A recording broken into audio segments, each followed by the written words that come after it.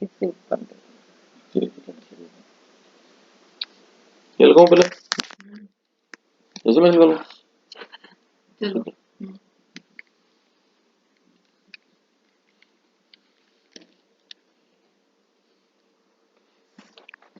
Hello students,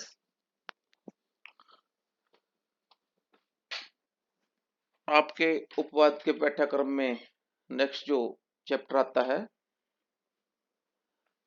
lecture रहेगा द्रव्य गुण विज्ञान का। द्रव्य गुण विज्ञान जिसे हम फार्माकोग्नोसी के नाम से जानते हैं, जिसके पहले भी आप काफी सिलेबस हो चुका है जिसका, उसका एक चैप्टर है जिसे बोलते हैं वीर्य विवरण। यानी कि वीर्य वीर्य आम भाषा में तो वीर्य हम सीमन को कहा जाता है, लेकिन यहाँ वीर्य का अर्थ कुछ और है। वीर्य का अर्थ यहाँ है पोटेंसी। पोटेंसी यानी ताकत। एक्चुअली ये वीर्य क्या है? ये वीर्य एक्टिव प्रॉपर्टी है। जैसे हम कह दें कि कोई चीज 3 साल पुरानी हो गई, अब इसमें एक्टिव प्रॉपर्टी नहीं रही, यानी अब ये काम नहीं करेगी, ये एक्सपायर हो चुकी है, तो इसे ही कहते हैं वीर्यहीन होना, यानी वीर्य खत्म हो जाना। और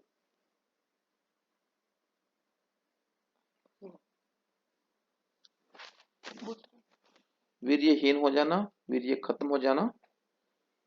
तो आप ये जाने कि वीर्य एक ऐसा गुण है, जब तक वो आपकी ड्रग में रहता है, आपकी ड्रग कैपेबल है, काम कर सकती है, लेकिन जैसे ही आपकी ड्रग वीर्यहीन हो जाएगी, पुरानी हो जाएगी, खराब हो जाएगी, तो वो निष्क्रिय हो जाएगी। तो हमें इन बातों का जरूर ध्यान रखना है जब भी हम चिकित्सा करते हैं। ऐसा ना हो हमारी डायग्नोज भी सही हो और उसके बावजूद भी हमारी दवाई काम ना करे। उसका कारण है ड्रग्स का या द्रव्यों का वीर्यहीन होना। ठीक। तो हम वीर्य को कितनी तरह से डिवाइड कर सकते हैं, कैसे उसको देख सकते हैं? कई आचार्य हैं, जैसे महर्षि चरक हैं, जो ये कहते हैं कि गुण जो हैं वही वीर्य हैं, जो गुण होते हैं वही वीर्य हैं। लेकिन हम कई बार देखते हैं कि द्रव्य में गुण तो रहता है, लेकिन वीर्यहीन हो जाता है द्रव्य। जैसे हम ये कहें कि एक मुलट्ठी है, 2 साल पुरानी हो गई, उसमें शीतलता का गुण तो है, शीतलता तो वो दे रही है, लेकिन जो उसका उत्कृष्ट कार्य है वो नहीं कर पा रही। कफ निस्सारण का कार्य है या एंटासिड्स का जो फंक्शन है वो नहीं कर पा रही। इसका मतलब उसके कुछ एलिमेंट्स समय के साथ साथ खत्म हो गए हैं, लेकिन उसका जो बेसिक गुण है, जो शीतलता का गुण है, वो अब भी विराजमान है उसमें ना। तो इसलिए गुण को किसी हद तक वीर्य कहना साइंटिफिक तो है, लेकिन हम गुण को ही वीर्य मान लें, ये संभव नहीं है। दो तरह के आचार्यों का मत है। एक अष्टवीर्यवाद है।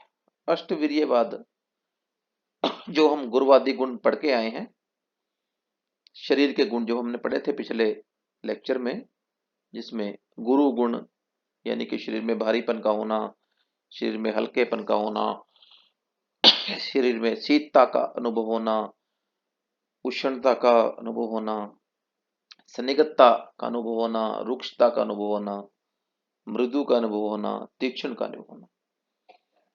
ये 8 ऐसे गुण हैं जिनमें सभी 20 गुणों का समावेश हो जाता है। गुरु लघु शीत उष्ण स्निग्ध रुक्ष और मृदु तीक्ष्ण। कुछ आचार्यों ने इनको ही वीर्य मान लिया है। इसे अष्टविध वीर्यवाद कहते हैं। 8 प्रकार का वीर्य कहते हैं। लेकिन दूसरे चार्य एक और मान के चलते हैं कि हम इन 8 को 2 में डिवाइड कर दें।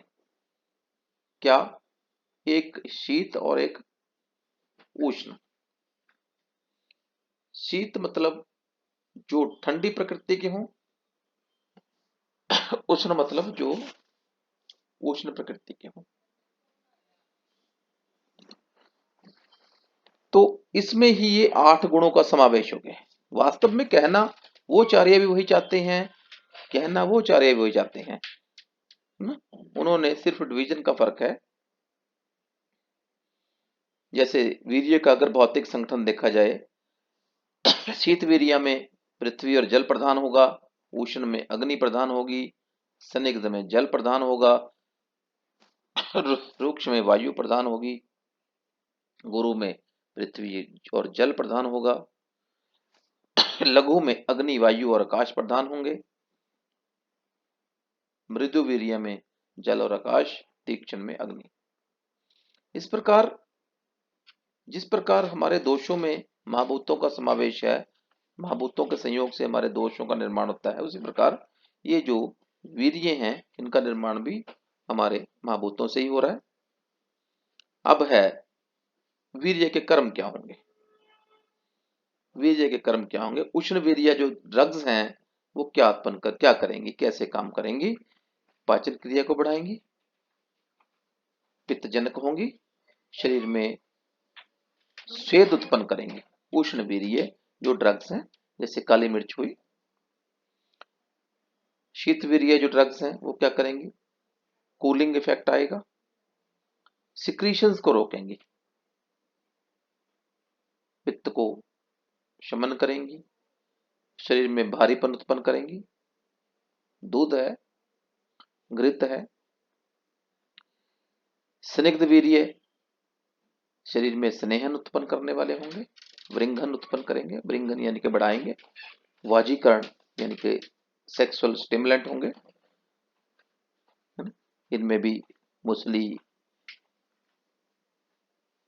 माश यानी कि उड़द। रुक्ष वीर्य वो होते हैं जो शरीर में रुक्षता पैदा करें, और व्रणों को भरें। अगर शरीर में कहीं हीलिंग इफेक्ट लेना है तो रुक्ष वीर्य वाले द्रव्य टाइट करते हैं ये उस वोंड को। जो है गुरु वीर्य शीत वीर्य वाले लक्षणों वाला होता है,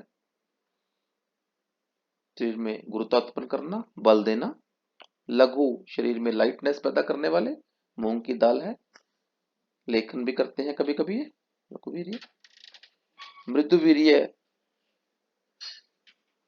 रक्त व मांस को बढ़ाने वाले होते हैं, शरीर में सॉफ्टनेस लाते हैं, जो मसल की स्टिफनेस घटाते हैं। और तीक्ष्ण वीर्य मलों को शोषण करने वाले और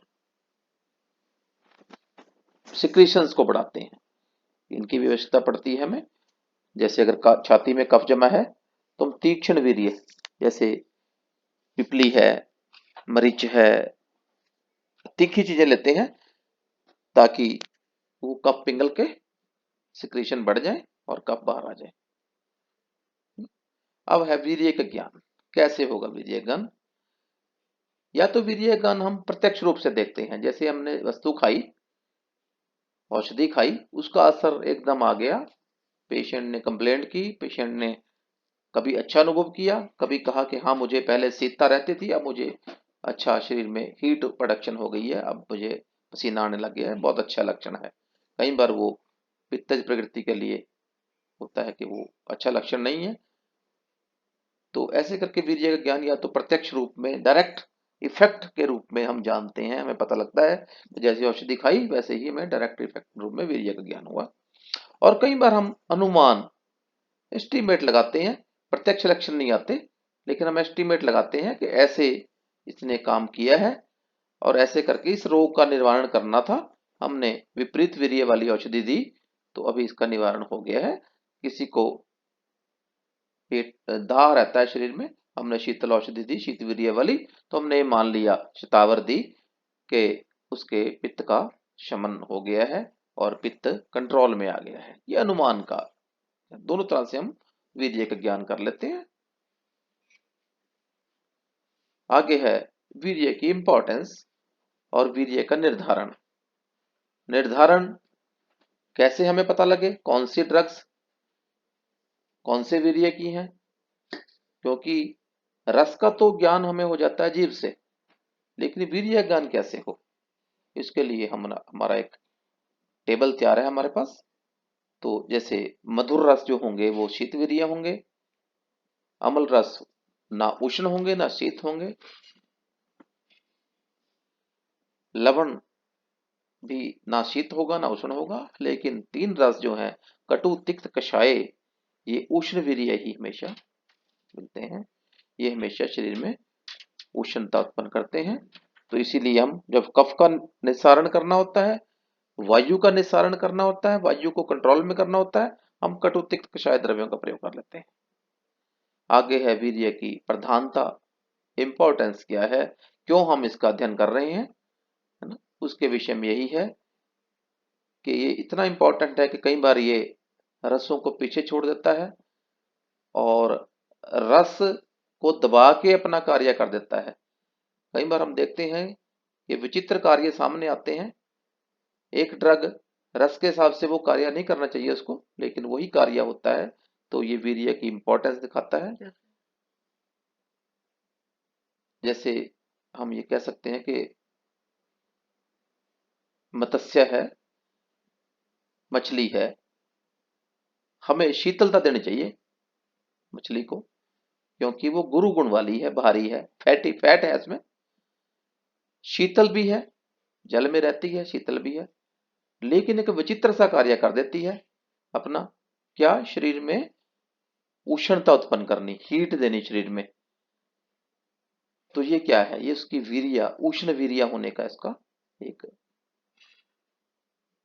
अच्छा उदाहरण है। और वो क्यों होता है वीर्य उष्ण, उसका गुरु गुण होते हुए क्यों हुआ, उसके पीछे एक साइंटिफिक लॉजिक है। उसके शरीर में होने वाली फास्ट जो क्रियाएं हैं वो उसके वीर्य को चेंज कर देती हैं। हालांकि जल में रहने वाली सभी वस्तुओं का वीर्य आमतौर पर शीतल माना गया है, ज्यादातर वस्तुओं का, लेकिन ये एक वीर्य का उत्कृष्ट उदाहरण भी है आपके पास। तो इसके साथ ही वीर्य का ये जो चैप्टर है वो खत्म होता है, और नेक्स्ट हम विपाक पे अपना फोकस करेंगे। विपाक क्या है।